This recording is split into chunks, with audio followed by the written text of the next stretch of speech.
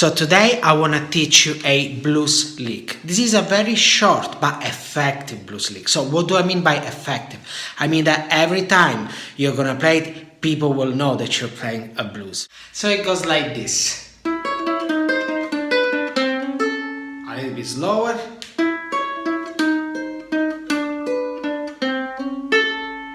Okay, so let's break it down now. I start on the 4th fret of the 3rd string, okay, with my middle finger.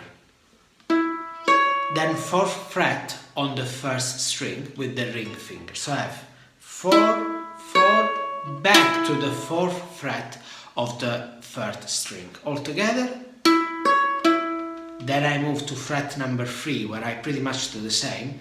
3 on the 1st string, then 3 on the 1st string, then back on the 1st string. So when I put it together, this bit. So remember to study in chunks. So let's just make sure that you got this one right first. Once you got this, then we can add the 2nd fret of the 1st string, 2nd fret of the 1st string, and then back to the 2nd fret of the 1st string. So we get all together. And as you can see so far, I'm just repeating this pattern. Once I got this, then the ending. 1st string open, hammer on with the index on the 1st fret of the 3rd string, and then 1st string open, so like this. So it's like 0, 1, hammer on, and again 0. When I put everything together,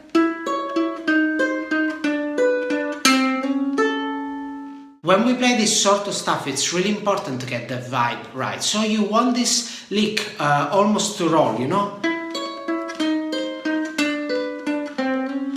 So imagine that it's rolling a little bit like an egg, you know, it's not even. Also, if you want to make it a little bit more blues, for example, you could start by adding a slide. So instead of doing, you could start. So again, I'm just doing the slide now.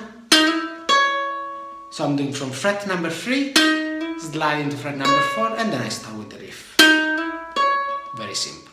This lick works very well as an introduction. Think about, for example, Sweet Home Chicago.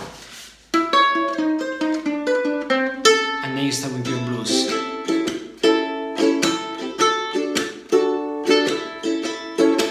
And so on and so on. But also as an outro, you could do something like this.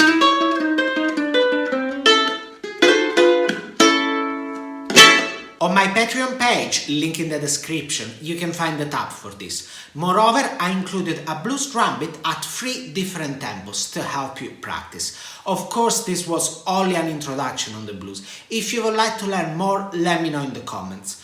By the way, if you want to take your playing to the next level, my live group course, Ukulele Masters, will start soon. This is for you if you want to learn music and the ukulele, and if you're ready to stop being a beginner. You can find all the info about the course in the description. That's all for now. If you like this video, don't forget to hit the subscribe button so that you don't miss any of my new videos. Thank you very much for watching, and I'll see you next week. Ciao!